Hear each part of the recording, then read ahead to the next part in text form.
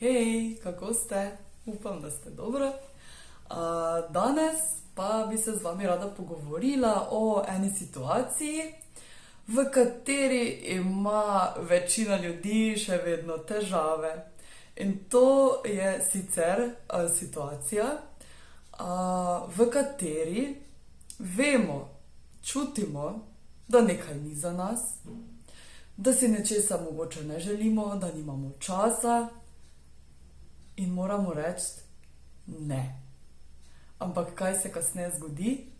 Kljub vsemu temu, zaradi nezaupanja vase, zaradi občutka, ker mislimo, da bomo zapuščeni, da nas nekdo ne bo za to maral, da bomo nekoga prizadeli, kaj naredimo potem?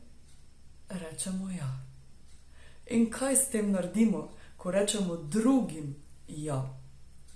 S tem rečemo sebi ne. In ko rečemo sebi ne, to ni ljubezen do sebe. In kako se kasneje počutimo? Slabo. Ves čas, ko nekaj delamo, kasneje, ko vemo, da ni za nas ali nimamo časa, smo napeti, ne počutimo se sproščeno. V glavnem, gremo kontra sebi in zaradi tega se ne počutimo dobro. Zato je zelo pomembno, da poslušamo sebe in rečemo ne. Ker bomo s tem rekli da sebi in bomo bolj srečni in bolj izpolnjeni. Ampak marsikdo ne ve, kako reči ne nekomu. Prva pomembna stvar, ki jo morate vedeti, je ta, da ne rabite odgovoriti še isto sekundo, ko nekdo nekaj prosi ali pa ko vam nekdo nekaj predlaga. Recite, ok, bom razmislila, pa ti javim.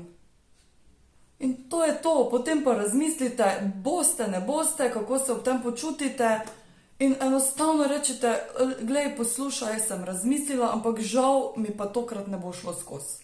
Žal tokrat ne zmorem. Upam, da mi ne zameriš, ampak žal ne zmorem. In ne rabite razlagati, zakaj.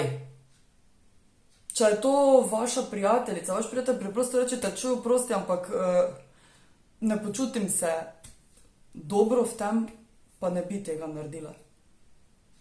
Ker če je pravi prijatelj, bo razumel.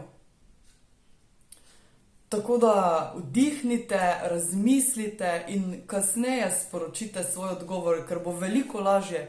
Ker tudi jaz vem, jaz sem bila marsikdaj pod takim pritiskom in sem mislila, moram vse takoj odgovoriti in sem takoj, ja, ok, v redu. In potem sem bila čist živčna, nisem bila sproščena, v glavnem nisem se počutila dobro. Vso to živčnost in vse to, kar je najhujše, sem potem izražala doma. Nad svojimi otroki, nad partnerjem in to ni bilo dobro. Zato, ker se nobeden od nas potem ni počutil dobro in samo zaradi tega, ker sem jaz v sebi vedela, še danes še imam pa to, danes še imam pa to za narediti. In sem bila cela gotova. Tako da, izkažite si tu ljubezen do sebe.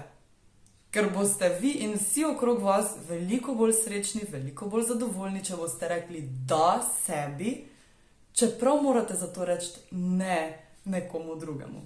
In verjemite, vse bo v najlepšem redu. Ne rabite skrbeti, da boste nekoga prizadeli ali pa bilo kaj, zato ker vsaka reakcija drugega človeka izhaja iz njega samega in ni povezana z vami. Tako da, to je to. Z vaše strani lahko mi sporočite, kako pa vi rečete ne.